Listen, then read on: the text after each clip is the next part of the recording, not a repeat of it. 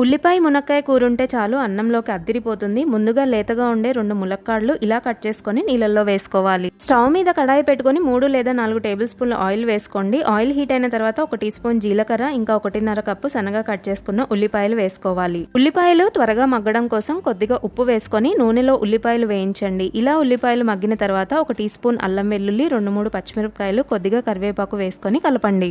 ఇందులోకి ముందుగా కట్ చేసిన ములక్కాయలను వేసుకోండి. ములక్కాయలు లేతగా ఉండేలా చూసుకోండి. తర్వాత 1/2 టీ స్పూన్ పసుపు, 1 టేబుల్ స్పూన్ కారం వేసుకొని కలపండి. ఇప్పుడు కొద్దిగా వాటర్ వేసుకొని రుచికి తగినంత ఉప్పు వేసి ఒకసారి కలుపుకొని మూత పెట్టి లో ఫ్లేమ్ లో మధ్య మధ్యలో కలుపుతూ మగ్గనివ్వండి. ఇలా ములక్కాడ మగ్గిన తర్వాత సన్నగా తరిగిన కొత్తిమీర వేసుకొని స్టవ్ ఆపేయండి.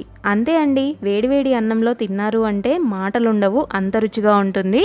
సమ్మర్లో ములక్కాడ దొరుకుతుంది కాబట్టి మీరు కూడా తప్పకుండా ట్రై చేసి కమెంట్ చేయండి. ఈ వీడియో నచ్చితే please do like, share and subscribe. మరొక వీడియోలో కలుద్దాం.